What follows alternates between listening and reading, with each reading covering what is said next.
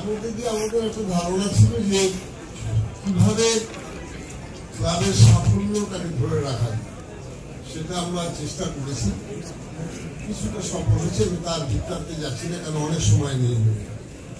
দেখুন, এনারা আমাকে এখানে আমন্ত্রণ জানিয়েছে, আমি এনাদেরকে আন্তরিক। এখন সেই জায়গায় সেইভাবে গৃহীত হচ্ছে না, সেইভাবে সম্বোধিত হচ্ছে না, সেইভাবে ভালোবাসা পাচ্ছে না। আজকে ফুটবলে আপনার ভালো করে ওয়াচ করলে বুঝতে পারবেন, যদি খবরের কাজ থ্রু যান। দেখুন, একটা কথা বলি, একটা জায়গায় বলছি যে Rabindranath model then you don't play football. Football খেলতে গেলে দেশের মডেল হতে হয়, অটোমেটিক্যালি হয়। কে বললো শিবদাস ভাদুরী হয়নি, বিজয় দাস ভাদুরী হয়নি? তারা তো হয়েছিল। তারা 1911 সালে মোহনবাগানকে জিতিয়েছিল। সেই তো সব মিলিয়ে মিশে দেখতে হবে যে আজকে আপনারা এখানে সবাই এসছেন, কেউ হয়তো কিছু না কিছু অনুরাগী হতেই পারে। কেউ গান বাজনার হতে পারে, কেউ নাটকের হতে পারে, কেউ সাহিত্যের হতে পারে, কেউ ক্রীড়ার হতে পারে, বিভিন্ন দিকে। সেগুলো আমার মনে হয় যে এগুলো প্রত্যেক অভিভাবকের ভাবনা, যে কিভাবে ঘরের ছেলে মেয়েদের এই ধরনের খেলাধুলো সংস্কৃতি এর মধ্যে দিয়ে কিভাবে এদেরকে বড় করা যেতে পারে।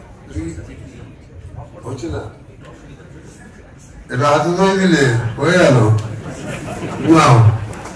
যাই হোক, আমার কথা হচ্ছে যে এই যে ধরনের এগুলো, এটার মধ্যে দিয়ে সবাই খুব উদ্বুদ্ধ ছিল একটা সময়। যখন 1911 সালে মোহনবাগান যখন ব্রিটিশ টিমকে হারাচ্ছে, তখন সবাই উল্লাসিত হয়েছিল, আনন্দিত হয়েছিল। রবীন্দ্রনাথ ঠাকুর লিখছে, আহা এতদিন বুঝতে পারেনি আমাদের এই ছেলেরাই সবার সেরা, স্বপ্নে ঘেরা, আর কি মতো শিল হাতে এই তাবুতে ফেরা শিবদাসেরা। শিবদাস ভাদুরী, বিজয় দাস ভাদুরী মোহনবাগান ক্লাবের খুব বড় প্লেয়ার ছিলেন। ওনারাই জিতিয়েছিলেন মোহনবাগানকে ব্রিটিশের এগেস্টে। তখন ব্রিটিশের সাথে আমাদের লড়াই চলছে। যাই হোক, সব মিলিয়ে মিশিয়ে একটা জিনিস, যে খেলাধুলো ফুটবলের প্রতি যাদের আগ্রহ আছে, if you are a footballer you cannot be a bad man, কেন হতে পারে না? এটা বিবেকানন্দ বলছেন, ফুটবল খেললে ঈশ্বর প্রাপ্তি হয়। সুতরাং আমার মনে হয় যে বাচ্চা ছেলেদের, আপনারা যারা অভিভাবক আছেন, আপনাদের ফুটবল খেললে ঈশ্বর প্রাপ্তি হয় বলছে বিবেকানন্দ নিজে, যে ফুটবল খেললে ঈশ্বর প্রাপ্তি হয়। সুতরাং আপনারা যদি সেই ভাবনা, সেই ধারণা থেকে আপনাদের ঘরের ছেলে মেয়েদের খেলাধুলোর ক্ষেত্রে নিয়ে যান, তার থেকে কিছু প্রতিভা বেরিয়ে আসতে পারে, যে প্রতিভা দেশের সম্মান বাড়াতে পারে।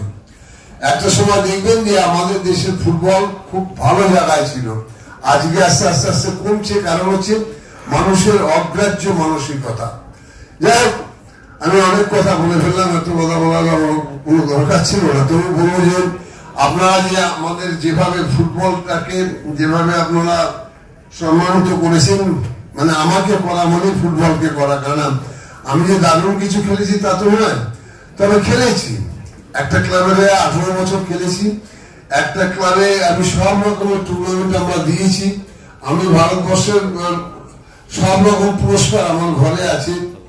শুধু সব মিলিয়ে মিশে আমি নিজেকে একটা সাফল্যের মধ্যে দিয়ে আমি আনন্দ ভোগ করছি। যাই হোক, আমি আপনাদের সবাইকে আন্তরিক ভালোবাসা জানাচ্ছি, যে আপনারা যারা ক্রীড়া প্রেমী আছেন, যারা ক্রীড়া মোদী আছেন, তাদের প্রত্যেককে আমি, আমার বিশেষ করে ফুটবলের ক্ষেত্রে আমি তাদের প্রত্যেককে আন্তরিক ভালোবাসা